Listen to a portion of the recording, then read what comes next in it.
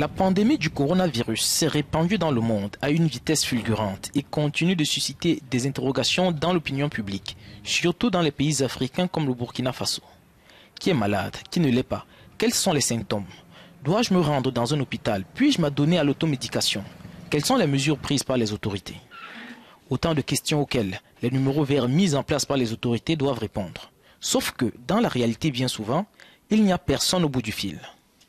C'est parti de là que nous avons dit pourquoi pas mettre en place une solution qui va permettre à cette population d'avoir un autre moyen de communication, c'est-à-dire en ligne directement avec des bénévoles qui sont disponibles à échanger avec eux.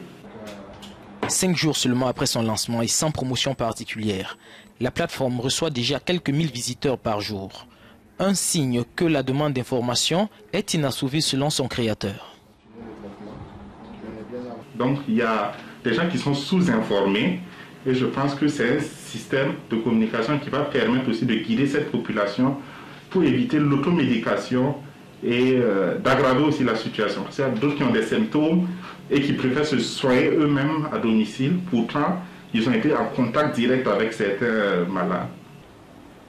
Le Burkina Faso est le premier pays d'Afrique subsaharienne à avoir enregistré un mort du coronavirus.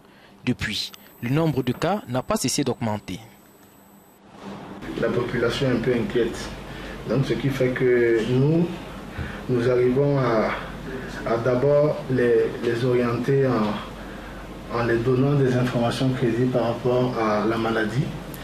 Et ensuite, par rapport aux symptômes que les patients développent, on les oriente vers la cellule de veille. Le Burkina Faso est l'un des pays africains avec le plus de contamination au coronavirus, avec notamment plusieurs membres du gouvernement touchés. Une situation inédite sur le continent.